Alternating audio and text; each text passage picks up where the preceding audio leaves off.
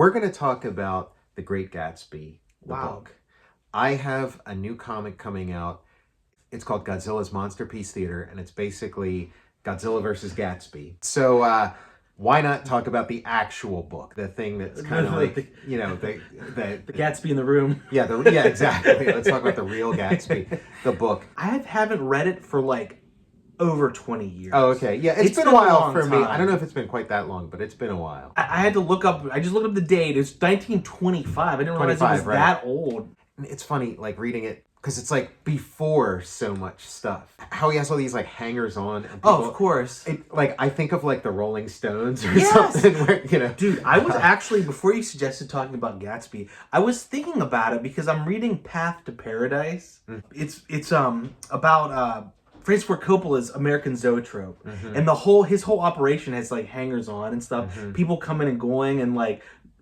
it seems like it's like inevitable if something reaches a certain scale. It's almost like a math where it's like, okay, if this person brings two people and then that person brings two people. And I was trying to, and I was thinking about Gatsby, like, he put upon all this, like, you know, his, like, he comes from money, etc., because he wanted to just impress a woman. Right. And, like, Coppola did the same exact basic.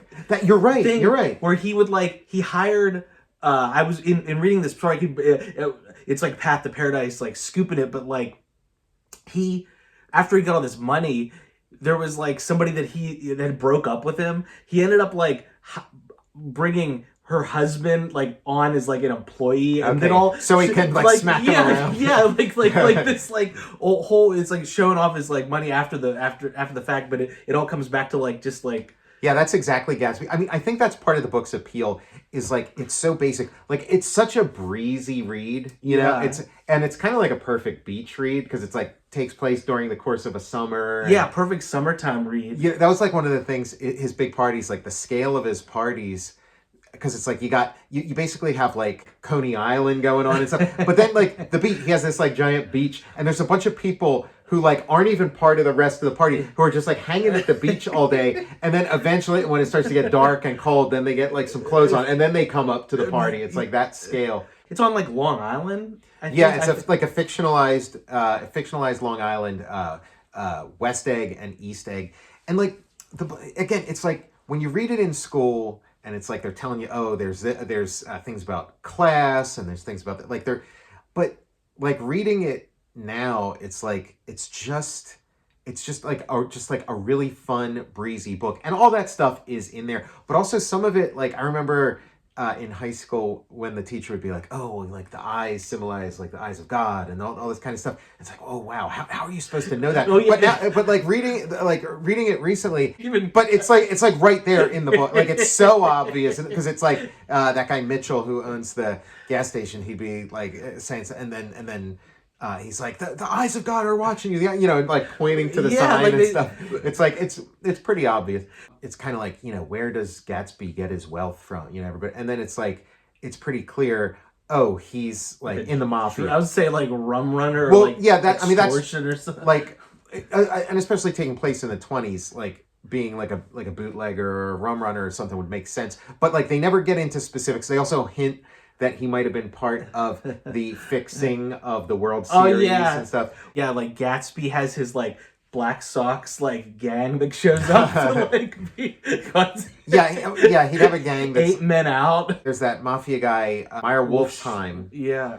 And you know, sounds kind of like I don't know if the dates line up or whatever, but he's I guess supposed to be like Meyer Lansky or something. But they also say he's like supposed to like whoever the real guy was that like set up the World Series. They pretty much spell out in the book that it's kind of like in Casino, where he found like the perfect squeaky clean front man. Like he found Gatsby, who's kind of this guy who has like you know no past, but he's basically a blank slate. You know, he comes from like the Midwest or whatever, and has like no past, but he like looks the part. Like he's a front man. A front man. Yeah, he's just this kind of like good looking guy with a smile who can be like the dope who like is like, you know, the face for all these like nefarious schemes and stuff.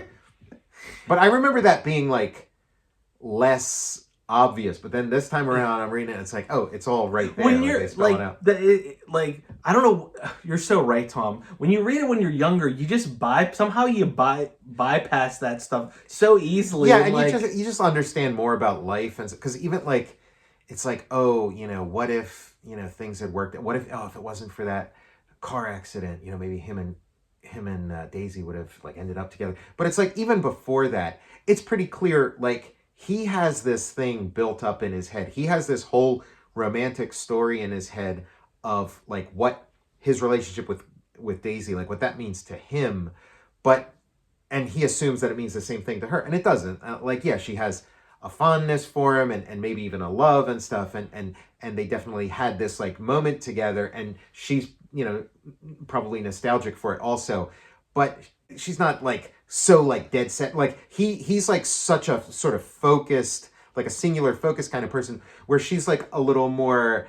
will o' the wisp. She's a little more, so it's like, yeah, this is something that makes a lot of sense to her in this moment, but that doesn't mean she's gonna like sort of commit to it and just like throw away her whole life. And even like one of the things you kind of forget in the book, because she's like barely a character, but Daisy has a daughter who like is just mentioned like twice in the book, and she's barely in it. And but again, it's like that kind of complicates things too. And like I felt like her daughter was almost like she's such a minor element in the book that she almost like, I felt like, okay, I think she kind of like symbolizes something, like she symbolizes maybe like some like essential nature of Daisy herself, that like she sort of symbolizes some kind of like innocence or childlike quality that Daisy has. But it's like she's not, like, I feel it would be different if she was a major part of the novel. It also sort of says something about like, because again, yeah, class is all over the book, and it does say something, this sort of like super wealthy class, these like cliches of like where like they barely know their kid, like they just gonna hand their kids off to the staff, the nanny, and like the kid might say mama to the nanny before it like says anything the parents to Daisy. Like one of the things I was thinking about with class is like the lowest class. I mean, there's people of various class stratas, but it's so funny that like Nick is like the poor guy, but he's like the son of like this like rich guy in the Midwest. Oh yeah. And then he like moves east to kind of get his own little business, get his own he wants to work in finance or whatever. Yeah. And he's like, so because he's like in his early 20s or whatever, and he's just kind of getting this thing going, he's considered like the poor guy. Oh yeah. Like he'd be like a trust fund guy that would like move to like NYC. Yeah, exactly. He's like cosplaying as poor. Yeah, and he's got this like shack next to Gatsby's like huge mansion. Like it's in this like amazing neighborhood, like this, like the wealthiest neighborhood in West Egg. Like, yeah, it's no East Egg. But it's like my dad is the CEO of Packard or whatever. Yeah, right. Yeah. Like it was such a fun read this time, and it's really fun, like because like I had to read it for work basically. Like I had to read it awesome to do a comic. So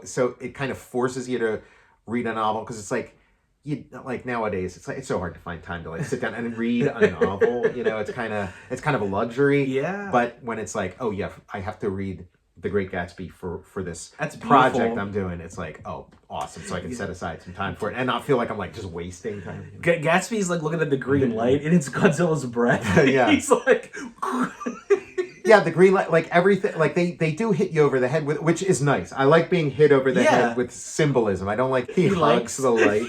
He's like, Gatsby's humping that light. He rows a boat across. Like, because it's kind of like modern, it's like the 1920s. It's like jazz music and all this kind of. It's 20th century. Like you think of the modernness of it, but it really is. It's like it's from the genre of Gothic romance. Like if you take away kind of like the modern trappings of it, it is like a Gothic romance, because it's got like big big houses that seem like, oh, this would be your dream house, but they're actually kind of like a nightmare. And it's got like sort of like an ill-fated love story. Like it's a love story that ends tragically. If you peel away like their fancy clothes and the house stuff, you can just see like somebody standing off to one side, and like the people are sitting there like a play, like Like Yeah, it's like a fairy tale gone wrong or whatever. Too bad, like, Gatsby and Daisy don't end up together. But the idea of like sort of this happily ever after ending, that used to be reserved for like fairy tales, and then Hollywood kind of popularized that of like, but the traditional like definition of romance is these stories where like they don't end up together. They have this sort of beautiful moment, but it's so beautiful it can't last. That's the only way like a love can be this perfect love, is if it ends before things get crappy, like before things get real. Like was Gatsby's murder the first like mob like it's like who in The Godfather who was the guy that remember he was on the massage table and gets like it was Mo Green. Mo Green was on the massage table. Yes, but Gatsby's like the original Mo Green. Like, yeah, the Gatsby thing. Like, Tom really set Gatsby up. Mitchell, the guy who owns the gas station, who like his wife is having the affair with Tom. like a Myrna or something. Because like they swap cars. Oh, so yeah. like he sees like Gatsby drive by in the one car, and then he sees Tom drive by in the other, and then they swap back. So then when they're coming back, he sees the car that Tom was in before, but then Tom kind of takes him aside. He's like, no, that was Gatsby's car, and he was the one who ran over your wife, and it again. That was another thing that was less subtle than I remember. It's like, oh yeah, he basically like drew a target. Yeah, just signed his death warrant. Like drew this target on Gatsby. Like what a jerk. He's like, after Gatsby's murder, Tom's just like, well, my job is done here. He's like, Gatsby's dad showing up, and that's where I got that's where the funeral, and like it's like he has these huge parties, everybody's there. Nobody even knows what he looks like or whatever, and then when he dies, like nobody shows up except his one friend and his dad. Even like that's the other, like Daisy doesn't even show up at the funeral, doesn't even like send a floral arrangement or something. Daisy, like he really thinks she was gonna like run away with him, and she won't show up when it matters the most. Like and then his dad had this note that like Gatsby had written when he was a kid. It was like this self-improvement program that Gatsby had, which is like kind of explains like this like I think gives like kind of a hint to this like singular focus that he had, and why he had this sort of like absolute singular focus on like climbing. Yeah, exactly, like winning over Daisy, and here's his plan. But he had this plan of like what he would do, like and he had his whole day planned out, like for every day, where it's like you read a certain amount every day. And then one of the things in it that I thought was fun, it was like take a bath twice every other day. And so I don't know if it was like because maybe like in the 20s, people didn't take baths as often, so taking a bath every other day was like, hey, wow, this guy's really on the ball. Number 4 is wipe ass. Yeah, exactly. It was also making me wonder, like, oh, or is this supposed to make Gatsby seem kind of like a rube, that like he was real proud of himself for, because that's the other thing, like that he comes from like sort of humble beginnings and kind of shapes himself to be like some kind of man of the international man of mystery, like he's James Bond or something. The Gatsby creates it's like number 5 is create multi-level marketing scheme, and then his dad like tries to sell it on like Tom at the funeral. He's like, they right, yeah. He's like, so have you ever heard? I noticed your hair's starting to thin a little on the top there. I got this formula here. It does leave room for like, like whatever you want to imagine Gatsby had to do to get rich. That's what it is. And Nick, there's like a point in the story where Nick is almost kind of ready to kind of write Gatsby off and just be like, that guy was just a phony and a jerk or whatever. But then like, feels bad for him, sees like this, quest for Daisy, like it seems kind of sad. And then he kind of understands whatever bad roads Gatsby had to take to get where he was. Dude, great. It's a great story. Yeah, it is. It's a lot to live up to. The characters are so they're types, and Tom is pretty much, you hate him from like the first, whatever. Oh, like he's the worst. Like he's the pits. Boo. Yeah. But Gatsby's World War I expertise could make him a pretty dangerous foe for. That's what I was thinking about. Yeah, like, he was. Yeah, exactly. That's what I'm thinking too. And even Nick was in World War I also. Yeah. Nick, who's kind of a little more like sensitive or whatever. He's like, hey, Godzilla, I'm gonna give you the biggest case of trench foot you've ever seen. Like, I'm glad we got a chance to talk about it because it's something I realized. Like, I had such a great time reading Gatsby. Like, I want to talk about it. Like, I want to be back in high school. Like, I want to be back in that English class, talking about, I want to, so I'm glad, like, we got to talk about it. Me too. Great idea. And, like, thinking about The Great Gatsby, it's kind of like, it's so massive. There's plenty of room for Godzilla in there. Yeah, it's a perfect, plenty of room for Godzilla to, like, stomp around. The last time we talked about this, that one guy you were talking about, like this like straggling house guest. Yeah, that guy. Yeah. Because like he's only like very brief. Again, it's such a breezy read, and you're accustomed to, like, sometimes you read a novel like this that's so breezy, and it's like there's scenes that aren't really actually scenes. They're just kind of like giving you the basic rundown of, like. Yeah, like it's poetic. You fill in the blanks. The writing is very evocative. It's not necessarily like Tom says this, and then Gatsby says this, and then Daisy says that. It's more of like it's more sort of impressionistic or whatever. But yeah, that guy shows up. I think that guy was there to be like to embody the sort of like these like random house guests who just kind of set up shop at Gatsby's and are like, okay, I'm staying for a while. I think about that guy a lot. Yeah, because he was like doing like his calisthenics. Yeah, he had like his fitness thing, and then I think like Gatsby like asks, like he was gonna do some kind of Gatsby asks him to play the piano. So then because he can play and so then he plays the piano, and so he's playing the piano when like Gatsby and Daisy sort of have their moment that they like start holding hands and staring in each other's eyes. He's like, tickle the ivories, why don't you?